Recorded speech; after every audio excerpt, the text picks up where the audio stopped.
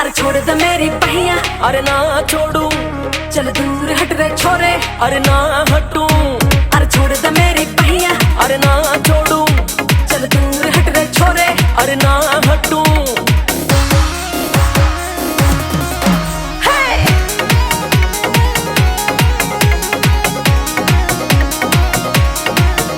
अरे मत कर तू हुरदंग और रसिया, मत कर तू हुरदंग और रसिया। छोड़ दे बहिया मोरी रे ना खेल तेरे संग होरी रे।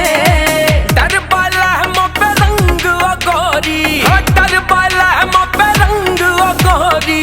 आई रंगीली होरी रे गोरी, होरी में क्या चोरी रे।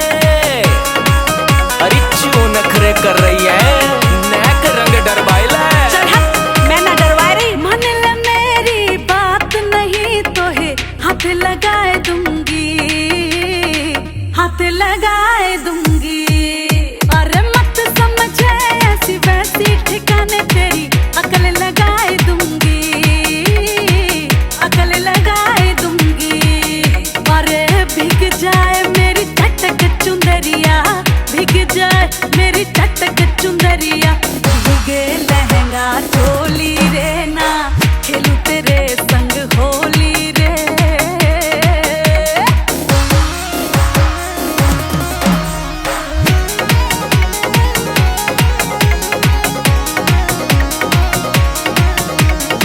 फागुन महीना एक बरस में एक बार आवे, एक बार आवे। तेहरो ना कछु बिगड़े गोरी, मन में रो रह जावे, मन में रो रह जावे। अरे खेल रहे सब होरी गोरी, खेल रहे सब होरी गोरी। नगर के छोरा